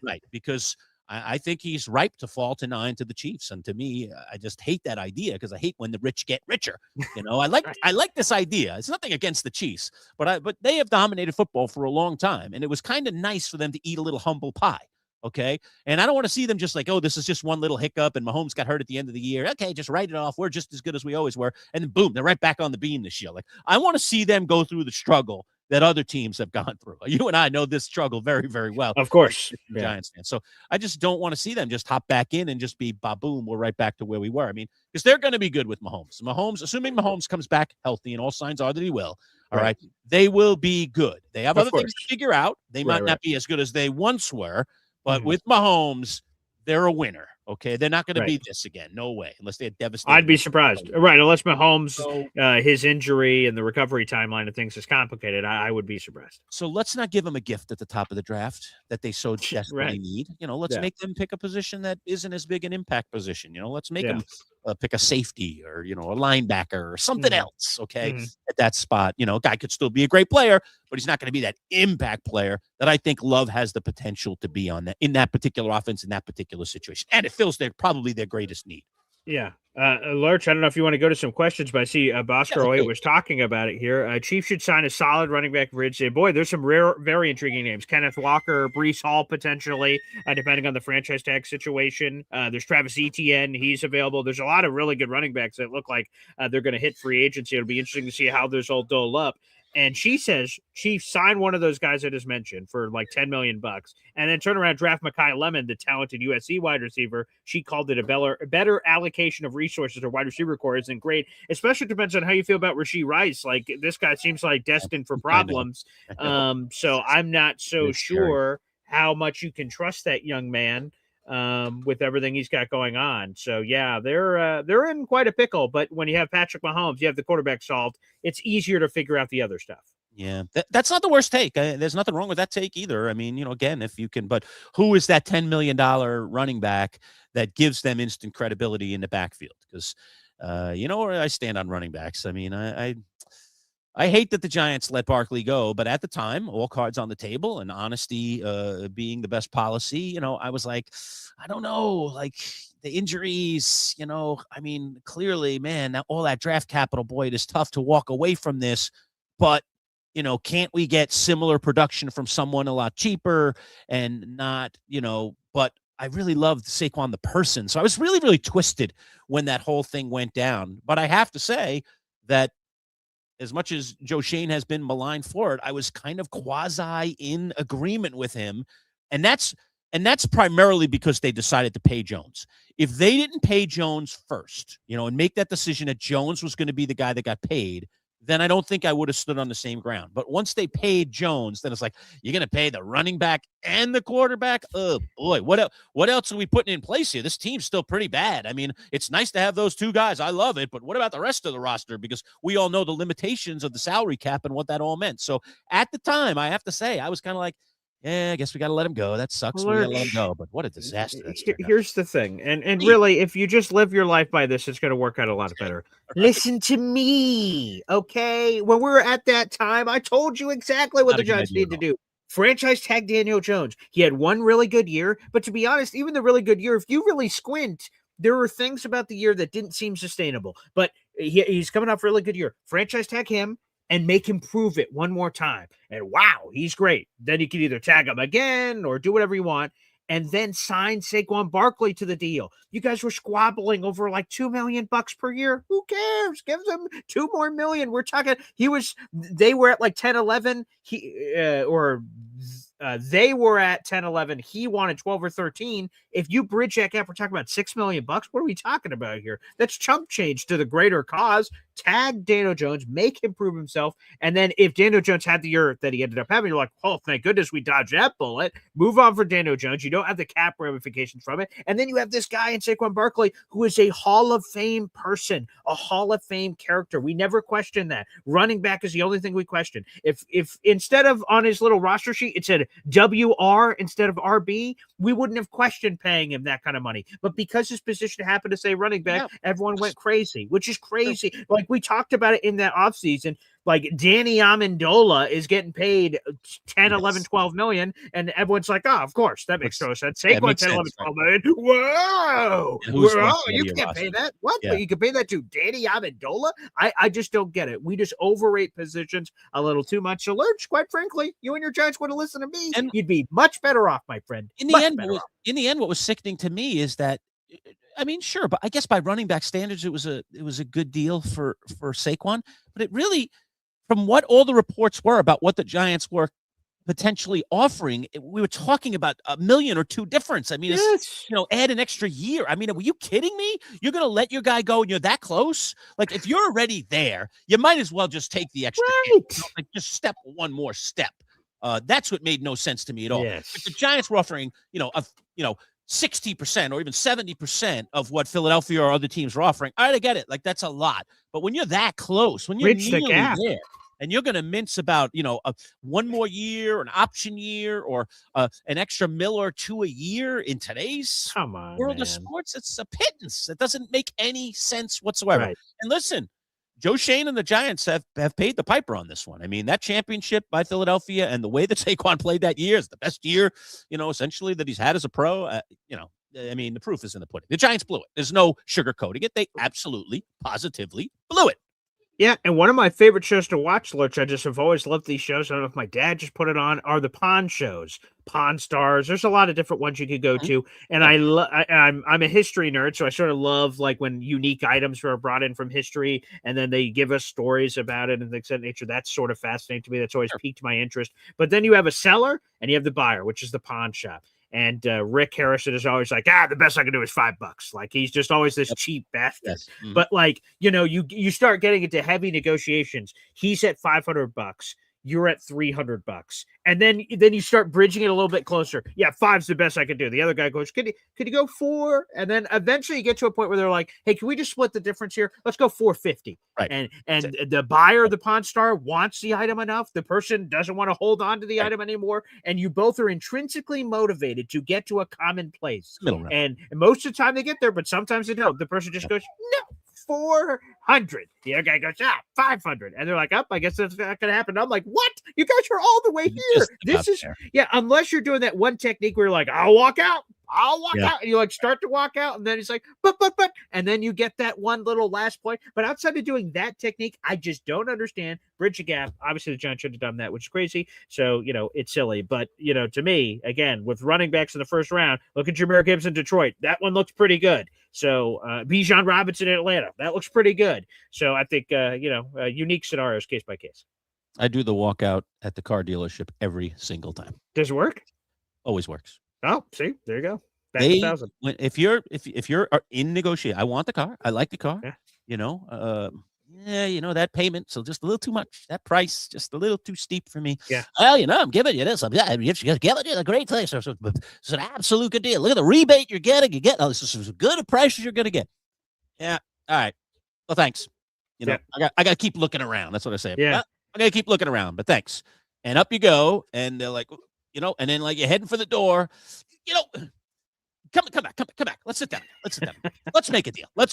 All right. I told you what my number is. Okay. You're willing to come to my. All right. Okay. All right. Let me go talk. No, it's never all right. It's always, let me go in and talk to the boss. Let me talk to the manager. It's such the cheesiest thing ever. Is there a manager? Does that person even exist? Are they talking to themselves in the mirror? Go in there and talk about donuts, to be honest with you. Because I see you go in there and they just like kibitz in and it's like, it's not like, they're like looking at the paper, oh, you're right down this number, like just like blathering. Yeah. So what do you think? I don't know. He's, can we give it to him for $380? I think so. We're gonna do it, right? But let's make him sweat here a little bit, make him feel like he's really getting a good deal, even though I'm still making a ton of money off him. Right. And then he come back out and go, yeah, right. Okay, we'll do it. Like it's hardship, and you're like, but Lurch, really? Tell me if you've ever pulled out this technique. Okay? So you just talked about it, right? You're in a car dealership. They have a number, you have a number. They're not getting to your number. Then you threaten to walk out, and you start walking out. They're like, "Oh no, come back." And then they're like, "All right, let me go talk to my manager." You're right, because everyone always does the whole manager thing. But you do this, right? He talks to the manager. They go back and forth. Then they come back. Fine, you got to deal with this, and they stick out their hand, and you go, "Whoa, draft day." The price now is not the price it was 5 minutes ago. I'm afraid the deal has changed. I know you've gotten down to this number, but you know what? We're not in the same world we were living in a few minutes ago. World. Actually, the deal is right here, and it's a little bit lower. If you don't want to go there, that's okay. I'm sure there's plenty of beautiful, well-established car dealerships around here that would love to take this price. You go to walk out again. Oh, okay. So try that draft day technique, Lurch, next time, huh? Yeah, and frankly, I think, I don't want to encourage people to do things. You make your own decision, but I think it's actually very wise choice, just to talk about it in car terms, okay, to use the car dealership as the great example, to go to more than one place, to not let the first place that sits down with you, even if the salesperson is really nice and you feel like they're giving you a really good deal, to go to a second and maybe even a third place before you make a decision. Now, you may find out that, wow, that guy really was fair. And listen, you're coming back in. The number isn't changing. If anything, when you come back in, that number probably improves even more because now they want to get this thing done. Right. But you're definitely getting the number you walked out with. And if that's the best number you've gotten across the three, okay, you have nothing to lose. Well, you got nothing to lose. And you may even get a better number because now you have shopped a little bit. And dare I say, you could play a little bit of money between dealerships, pit them against each other. Yeah. I've shopped around. I've talked to 2 other dealerships in the area. And to be honest with you, I like you guys. I like you guys the most. I just feel like, I want to give you my business. I want to come back to the table one more time. The last time we sat down, this was the number. Can you do any better? What you do? You give them the can you do any better? Yeah. And all of a sudden they do a little better because they want your business and they know it's just a matter of if they do a little better, you're sold. They're done. Right. They're getting their commission. And they do a little better. And then you end up, so you found worse in the other 2 places, but it doesn't matter. You still come back to the original. Right. All right. And you still got to get me a better deal thing. So yeah, don't be scared to negotiate, folks. I know it sucks sometimes. Yeah. These salespeople can be very, very aggressive. They love to just tell you things. They're never going to get a better price than this. I'm telling you right now, this is the best price. Yeah. Heard it all. Okay. Sure. Okay. And then you watch how you get a better price when you come back a week later after visiting 2 other places and they say, you know what? All right, I'll come down a little bit. You told me the other day it was the greatest price I was ever going to get, and there's no way I could get a better price. And you're like taking a hit. It's such a good price. I'm taking a hit on this. It's such a good price. Come on. I hate when they say that. You're not taking a hit. By the way, shout out to Hennessy Heisman. Car dealerships are the worst. They always ask what you want to pay a month. Meanwhile, you got like a 10-year. I know, right? The monthly payment is the greatest sucker play ever, because it's just about how much you pay a month. That Right. doesn't mean you're negotiating a price. What about 30 years of payments? Not a monthly term, all right? Because it's so easy to change that. Down payment changes that, right? Oh, that's for the down payment, right? Yeah. Length of the loan changes that, right? Oh, we'll just make it a 7-year loan. Now you can even get 7-year car loans now on new cars, right? We'll give you a 7-year loan. The standard used to be a 5-year loan. That was as cheap as you could get it. Now you get a 7-year loan. So all of a sudden the payment's down another 50 or 60 bucks. And you're like, that's a great deal. Except you're paying that sucker for 7 years now. No, it's not a great deal. You're paying more interest. And in the end, you're paying more for that car. So negotiate. Lurch, look at this. Not the payment. We're influencing someone. Philly Doodle says he's doing this right now. He's looking for a used car, so he's going to try some of our techniques. Yes, okay. Philly, hey, this price. Go in, go out. Hey, they finally get to your price that you wanted. They're like, oh, yep, we live in a different world than we lived in a few minutes ago. Pull that draft day line and say, up, here it is. And then real quick, when you think they're coming to a price and say, okay, can we do this? And you say, actually, I got to make a call real quick. Okay. Walk out the door. You can fake talk to someone on the phone. Doesn't matter who you talk to. Then when you put the phone, hang it back up, walk into the room and say, I want one more thing. And they're like, oh my God. Okay. What is it? I want Putney. Give me Putney. I want Putney. And then they'll be like, what? Where did that come from? Say, it doesn't matter where it came from. I want Putney. David Putney. Say you want some of that, and then see what you can do. So that's my last bit of advice. Get out of the dealership, all right? 100%. If you don't get Putney, get out. You shouldn't be working with them anyway. Yeah. There you go. Get Putney. Yeah. But it is. But don't be scared to negotiate, and don't be scared to walk out. Just, it's good. Sometimes it's good to collect your thoughts. Sure. See if you really do think you do think you're getting a good deal or not, Right. But negotiate the price, never the payment. Okay. That's one of the, all right, one more, and then I'm getting out of this. All right. Okay. One of the other chief negotiating tactics, all right, that I'll let you in on, insider knowledge here, is if you're trading in your car. Now, almost all the time when I get either I lease a car or I buy a car, I've done both. Yeah. I have a car. Yeah. Right. I'm going to trade that car in. You no longer need the car. Right. Right. So one of the things that when you trade a car in is you're going to get money, they're going to give you money for that car, theoretically. Right. It's not going to be as much as the car you're getting. Right. But so you're going to have a loan of some sort, most of us, unless you're paying cash. All right. And so, again, the price that they give you for the trade-in obviously affects what your payment's going to be. Of course. Okay? Right. It doesn't affect what the price of the car is going to be. Again, separate that. It's separate. There's a price for the car. Mm-hmm. There's a price for the trade-in. And then there's the monthly loan, okay? Mm-hmm. Your monthly payment. Right. Oftentimes what they do is they lowball you on the trade-in, all right? And then they use the trade-in, they increase the value of the trade-in as they're seeing, $380 is just too much for me a month. I really want to be below $250.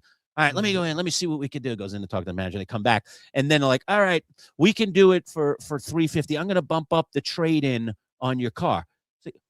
Wait a second. You just negotiated a price with me on my trade-in car, and you told me this is what you'll give me for it. And now you're telling me you're going to give me more for it? Yeah. Like, you should have given me more the first time. Right. What's the price? The price is the price. Right? The price is the price. It's not like, 5 minutes later, my car's worth more, What did I do? Take it out to the car wash or something, Right. Did you notice I had better tread on my tires? Right. So it's just a hilarious game in a lot of ways. I try to find humor in it rather than get frustrated by it. Or get vexed by it, and I almost kind of like enjoy I've come to actually enjoy the game. I've bought enough cars and leased enough cars that I actually come to enjoy the game. Like, all right, it's time to play today. Let's go to work. Yeah. And I just wait for all the spiel, and I go, yeah, that's not gonna work. Sorry about that. That's just way too much. That's way out of my realm. I don't know where you go with that. That's not working. And then the negotiation begins. So anyway, all right, enough on cars. But that was a fun conversation. I enjoyed that. All right. Yeah. So next thing up, Boy Green, is the combine. So let me just quickly. You are a fan. I mean, I am not. Yes. I enjoy watching a few of the 40-yard dashes. Yeah. The drills don't do anything for me. The high jumping and the slapping of the. All right. So what? The vertical. I mean, he's 2.5 feet off. What, are you playing basketball? I mean, I understand some linemen. All right, you get up there. Wide receivers. Maybe wide receiver, better, what do they call it? The catching circumference. Yeah, radius. Catching radius. Thank you. The catch radius. Wingspan. Better catch radius, the wingspan. But I mean, come on, a guy's jumping up, tapping something. That makes him about. Ooh, look at that guy. He can get up. I don't know. You can contest the catch. You can you can catch a contested ball or not. I don't see a lot of value. And I'm going to see that in my college tape. I'm going to see that, looking at the player on tape. I'm going to see a lot more than that than some guy tapping a thing and jumping up. Oh, my God. It's like, why don't we do the rope climb like you used to do in gym? Sure. Look at how fast he can go up and down the rope. It's amazing.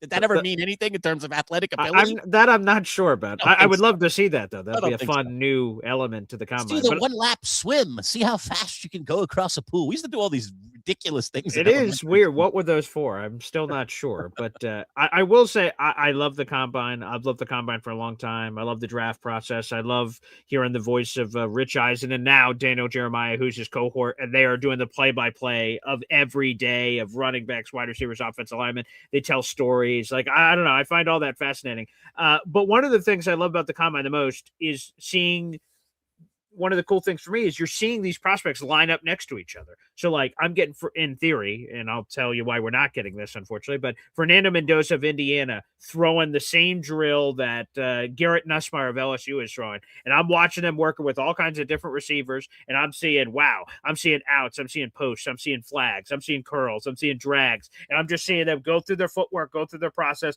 in this environment where there's a spotlight on, and they're working with random people. That to me is very interesting. And then measuring these guys up against each other. There's sort of a competitive element to me. All right, Fernando, we want you to take a 5-step drop and drop an 80-yard bomb in stride to that wide receiver that you just meant 3 seconds ago. Go. All right, you're out. Garrett Nussmeier, you're in. Do the same thing. So seeing them next to each other, to me, there's something to that. Now, unfortunately, Field Yates is reporting Fernando Mendoza will not do anything at the combine, which is, when you lose the number 1 overall, I get it from his standpoint. He's the number 1 overall pick. What does he have to gain or lose? Nothing.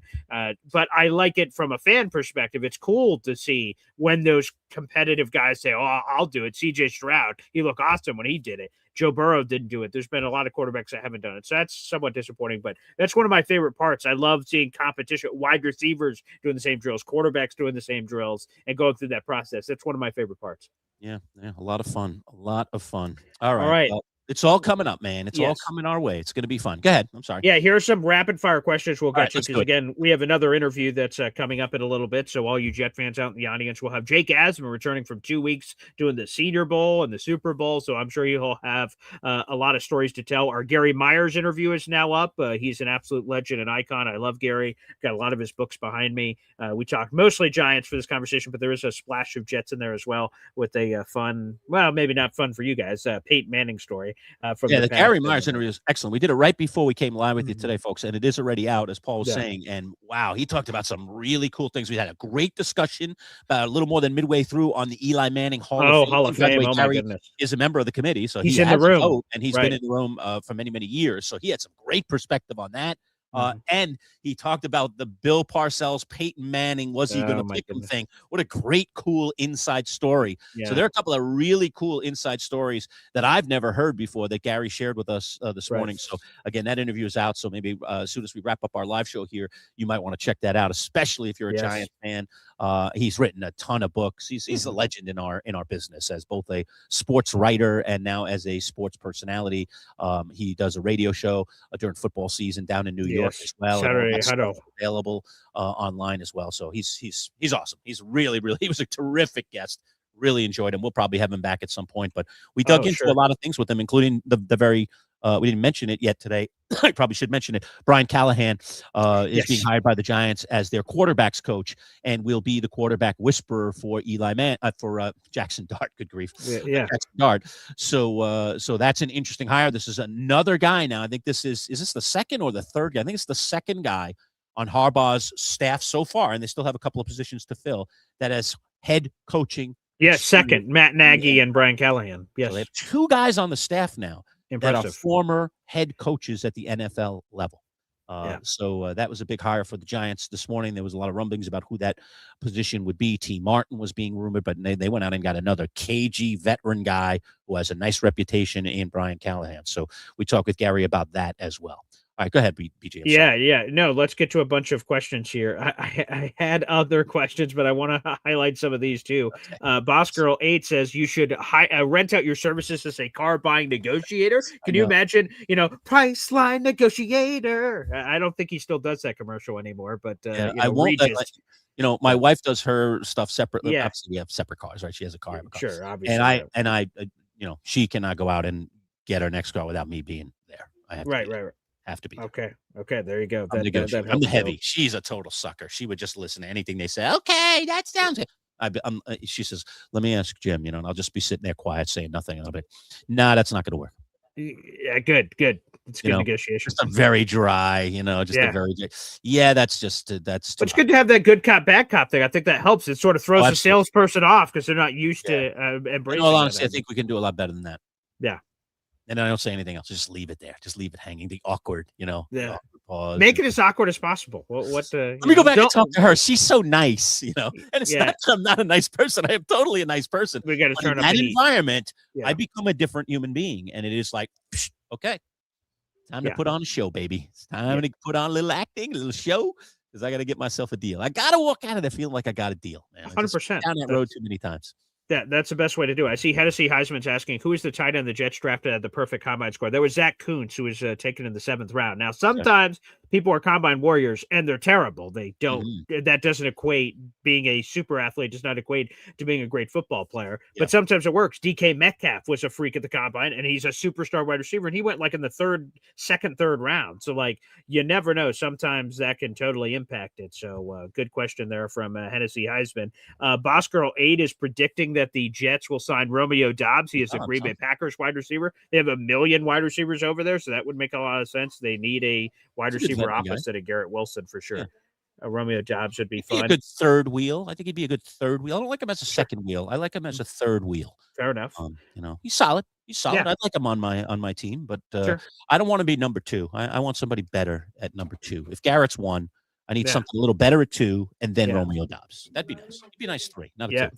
Fair enough. Here's another one. Hep. He is all on the love boat. He wants love train, love boat, love everything. He wants Jeremiah Love. 2 though, not a 2, right? You can't take him at 2, can you?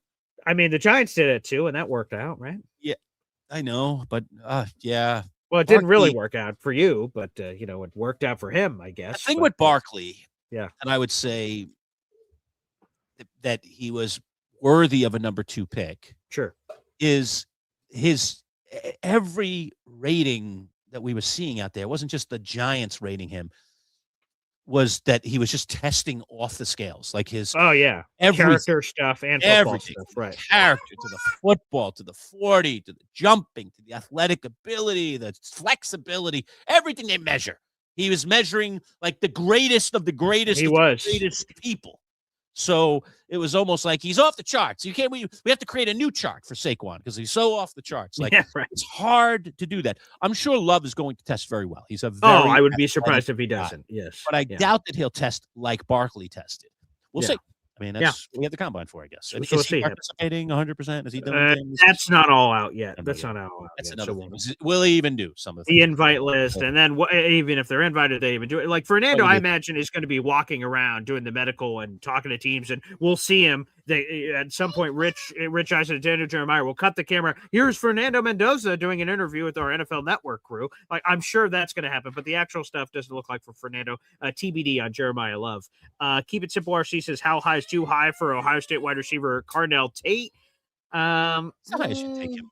Some Jet fans want him at 2. I've seen him as high as 5 to the New York Giants. We'll sort of see. I think 5's my line. I don't think 5 or lower. There are a lot of experts out there. Again, we're early in this process. Sure. There are a lot of talking heads out there, people who study the draft, people who study film, that are saying that in the NFL, he may be, his ceiling may be wide receiver 2. So if his ceiling is wide receiver 2, you're going to take him with a 5th pick in the draft? I mean, that's not really a 5th pick in the draft. If the guy is, a wide receiver 2 rather than a wide receiver. Because he was a wide receiver 2 in college behind Jeremiah Smith, who's a freak. Yes. So that's, I mean, then it's, 5, I'd be shaking. The Giant, I don't know. One of the big needs of the Giants is wide receiver. So I wouldn't freak if they took him at 5, but that's more because of need, not because he's the highest guy on their board. That's fair. Right. So another Giants are going to be a very curious pick at 5 if they stay there. It's going to be a very curious pick. We talked about this earlier. Boss Girl 8 says a no-brainer pick is Arvell Reese at number 2 overall from Ohio State. I can totally see that. True. At this point, that seems true. We'll see if it changes. I teased this earlier, so I'll get to this now. Keep it simple, RC, says BG, after watching Drake May and Will Campbell get exposed. Oh, wow. This was not the comment I meant to highlight, but sure, we can address this. Talk about this stuff. BG, after watching Drake May and Will Campbell get exposed, could the Patriots be in the quarterback sweepstakes this offseason? No. Drake May played terrible in the Super Bowl for the most part, but no, they're not going to suddenly be in the quarterback sweepstakes. They should be very encouraged by his play. As a Jets fan, I'm happy the Patriots lost in the Super Bowl. That brought me great joy. But no, they should feel good about Drake May. He was talking to perhaps Will Campbell is more of the conversation. He was the one who has short arms. That was much talked about last offseason. He got beaten with a rake during the Super Bowl. His short arms was very much in play for all kinds of Seattle pass rushers who had length, giving him a lot of problems. The Patriots made it clear they're not shifting him to guard. They're keeping him at left tackle, but he's got a lot of work to do. He just seemed totally unprepared for the Seattle pass rush. And to answer the other part of Keep It Simple's question, what's a greater concern, a left tackle with T-Rex arms or an edge rusher with T-Rex arms? To me, it's always on the offensive lineman for having You can have a lot of different ways to skin a cat. We had a Syracuse legend around here, Dwight Freeney, who had the spin move. And he's too small. He's too small. Right. We have, pass rushers have spin moves. We have pass rushers that are bull rush specialists. We have pass rushers who are finesse players. To me, it's always on the offensive lineman. When you have God-given Tyron Smith, always jumps out to me for his arm length as a crazy guy coming out of USC 15 years ago. His arm length and size was like unbelievable at tackle. I think it's always better to have that. I think you can have a good pass rusher that has short arms. We've seen it in the past. As an offensive lineman, keeping a guy at arm's length, that's 100%. Kind of a big deal. I see Philly Noodles jumped in here. I always love Philly Noodles. I always think he's a very astute viewer and has a really, really cool things to say. So he's talking about signing Derek Carr. So there's this rumor that Derek Carr wants to come back. Is this still speculative? Has Carr announced anything? Carr has rumblings, but I haven't really read up on it. So yeah, I did a show on it this morning, actually. Okay. Yes, there are legitimate rumors that Derek Carr can come out of retirement. He retired last year because of a shoulder injury, and he has since it's all healed, basically, apparently, and he'd come out. The Saints have his rights, so unless they cut him, they would have to trade him to somebody. So it would take some level of compensation. Yeah, I'm going to flip back to his earlier comment. That was the one I was actually caught my eye, and that is he could see a scenario where we sign Carr, talking about the Jets, all right, and then draft either Nussmeier or Aller. Okay. Yeah. Now you have a young guy kind of in training, and then you've got a guy that theoretically can take over at this point and keep you stable, for be the bridge quarterback, as we call it. And Carr is an interesting specimen just because, it did seem that he kind of prematurely stepped away, wasn't completely washed by any stretch. He's still relatively young. Do you know how old he is, Boy Green? I believe he's 34. I mean, that's very reasonable these days. But I don't know. He's 34. He turns 35 at the end of March. Okay. So he's a 35-year-old. And I don't know. Is there any connective tissue between Derek Carr and Frank Reich or Aaron Glenn? I always think those connections can be meaningful when you have a scenario like this. Actually, there's an extra coach beyond of who you mentioned who is in the running. That is Bill Musgrave. They hired him as a quarterbacks coach. Now, people may remember Bill Musgrave way back in the day. He was a fourth-round pick of the Dallas Cowboys at quarterback in 1991. He was supposed to be Troy Aikman's backup. Long story short, they didn't keep him around very long, and he ends up winning a Super Bowl as a backup with the 49ers and Montana and Young and everybody.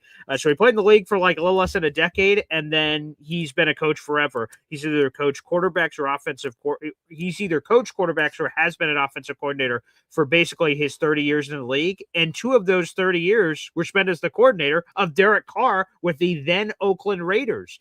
So 2 of his years in 2015, 2016, Derek Carr put up the best years of his career. The Jets just hired him as their quarterbacks coach. Derek Carr has a great relationship with Musgrave. So Musgrave, Carr, there's a current Jets connection from yesterday. Okay. All right. So then there is connective tissue. Very possible. I guess it's possible. Are you intrigued by Derek Carr? I am intrigued by Derek Carr. I mean, 3 years ago, the Jets made an aggressive push for Derek Carr. They met him at the Combine. They met him in their facility. And there was all kinds of – it looked like that was going to imminently happen. And then the Aaron Rodgers possibility came up out of nowhere that he may be interested in the Jets. The Jets could trade for him. And out of nowhere, the Jets said, hey, Derek, basically – in the nicest way you could possibly tell someone in your life this, your plan B. Like, we're going for Rodgers. If that doesn't work out, we'd love to have you. And Derek Carr was a free agent. He was ready to make a decision right now for his future. He didn't want to wait out this Rodgers thing. He said, Jets, I love you, but if this isn't going to happen, I'm moving on to a different team. Of course, he signs in New Orleans. The rest is history. So that was a different regime, of course, different coaching staff, different regime. But yes, I'm very intrigued by Derek Carr. The Jets have no quarterback right now. I'm intrigued by anyone that can throw a football forward. All right. So let me test the waters with you. Let's see. Okay. Let's see where you really stand on Derek Carr. This is a yes, no. Okay. You can't waffle Nothing on me. else. Just based on the information that you have at the moment. Yes. And I'll let you here. I'll give you a little caveat here before I ask you this series of questions. Okay. All right. You can and probably should consider price. Okay. All right. Age, skill set. All right. Okay. I think I've kind of covered it there. But price can be part of it because price does affect roster. Okay. Right. Sure. All right. So here we go. Yes or no questions. Okay. Derek Carr or Kyler Murray? Who do you want quarterbacking your team if you had to have one of them? Derek Carr. The Jets. Derek Carr. Okay. Yeah. Derek Carr or Marcus Mariota? Derek Carr. Derek Carr or Kirk Cousins? Ooh, I got Derek Carr. Turn in here a little. Derek Carr over Kirk Cousins. Yeah, because here's anybody else out there that I need to mention that's likely available. Probably, and I'll give you a few in a second. But they're trade situations, which technically Derek Carr could be a trade situation. Yeah. For those who don't, Jet fans know the context, but if you don't, in 2018, the Jets aggressively pursued Derek Carr. In 2018, 8 years ago, the Jets aggressively pursued Kirk Cousins as a free agent, and it seemed very serious. Jets were all in. No. Kirk Cousins appeared to be all in, and it looked like that was going to happen. Kirk Cousins reveals in a documentary later that he posted to the world of cameras inside his house while these negotiations were going on. Jets offered Kirk Cousins a 3-year, fully guaranteed $90 million deal. Kirk Cousins, as he gets that offer in, he's talking to his agent. He says, perfect. Give that offer to the Vikings. And he used the Jets to raise the price of the team he wanted. So apparently... Sounds like the kind of guy you want to have in a car dealership with you. Yeah, apparently, right. He just kept matching prices. And so he showed interest in the Jets, only to increase the price of the destination he really wanted, which broke Jets fans' heart and made them very angry. So 8 years later, while all the coaches and management are different, the owner isn't different. He was embarrassed publicly for that thing. Does that still matter? Does that not matter at all? It's a fascinating question. We'll find out if it gets answered this offseason. So for those reasons, Derek Carr. Okay. All right. Wow. So there's no doubt upon running that quiz by you, that little mini quiz, that that the top guy on your radar that is potentially available. Yikes. Yeah. Versus a trade of some magnitude. Sure. Mac Jones or something. If Joe Burrow became available, you might. Oh, sure. Lamar Jackson. Right. Sure. Right. But of the guys that are out there, you are a Derek Carr guy. Wow. I did not expect that at all. Wow. I didn't either, to be honest. Fascinating. I'm not sure where I stand on that. I gotta marinate. This is all kind of new information to me. I gotta marinate. Does Derek Carr make sense for the Jets? Does he fit? What does he do that the Jets need? I don't know. All right, one last thing before we sign off, because we have to get to our next interview. But Bosco 8 asks, BG Cousins is a smart businessman. That was the best option for him at the time. It wasn't personal. If the Jets are his best option, he'll want to come here. Yeah, right. So probably true. The guy's the best agent in the business. Right. Hey, Kirk Cousins, you do what you want. You know, just because someone offers you the most money does not mean you have to go there. So Kirk wasn't forced to go to the Jets. He can make his own decisions. Now, again, broadcasting it to the world was sort of jerkish by Kirk Cousins to do, and turn this into a documentary, make fun of the Jets, and Jets don't like getting made fun of. Who does, for that matter? So I don't blame him for the business sense of it, of doing it. And that is the answer. I don't know the answer to this question. Let me just say this publicly. I have no idea, but I'm curious the answer. Does something from 8 years ago bothers the Jets? If Kirk Cousins is the best possible option for the Jets at quarterback, and for Kirk, he views the Jets as the best situation. Wow, good offensive line, Garrett Wilson. I would love to come here. Does 8 years ago affect Woody Johnson at all? He's the one that signs off on all these contracts and says, sure, yes, no, when it's serious money. Does he go, you know what, screw that guy? No. Or does he not think about it at all? Hey, whatever the best quarterback is right now is all that matters. That, to me, again, an answer I don't know. It's a fascinating question that I don't have the answer to. We'll end with another fascinating question, all right? Okay. I'll put you on the spot one more time. Okay, sure. All right. We did this on the radio several years ago. Right. But that number has obviously changed. Because we were talking about Kirk Cousins and being the greatest negotiator in the history of mankind when it comes to the NFL, and what a genius agent he has. The guy's obviously whoever's agent, I want to be my agent if I'm in the NFL. Because apparently, right. Amount of guaranteed money. How much money to date has Kirk Cousins made in just NFL salary money? We're not talking about a single endorsement, any other thing that he's made money off of, which I'm sure also is crazy. But Kirk Cousins, quarterback, contract money, career. Throw it out. Oh my goodness. I don't. So candidly, I don't know, which I'm sure is what you would prefer. I don't know the answer to this question off the top of my head, of course. Let's call it 500 million. I might be going. I might be going over. But do you know what it is? Yes, I do. I'm looking at the number. Okay, great. Okay, yeah, I'm gonna go 500 million. Okay. I don't know. If you wanted me to look it up immediately after, I don't know. But yeah, it may be a little rich, but 500 million. Yeah, that's a little too rich. Over 321 million is the estimate that the experts and more money to come, right? With the contract. So, my goodness, good he's for him. He's going to end up with over $400 million, nearly $500 million. That's a fourth-round pick. NFL salary. That is just salary money that has gone from the team good for him. in the form of checks. Very nice. Great. Or direct deposits. Okay, yeah. There you go. Electronic transfers. Nice. Good for him. Nice little electronic transfers. Pop it in there. All right. There you go. Oh, look, we had some guesses. 260 out there on a guess. All right. People throwing down. Okay. 321. They say between 321 and 326. I don't know why. Right, because I guess there's bonuses and salaries and guarantees. So yeah, okay. There's a little bit over $320 million in the NFL. Pretty just good. As a salary guy. Wow. Never been to a Super Bowl, right?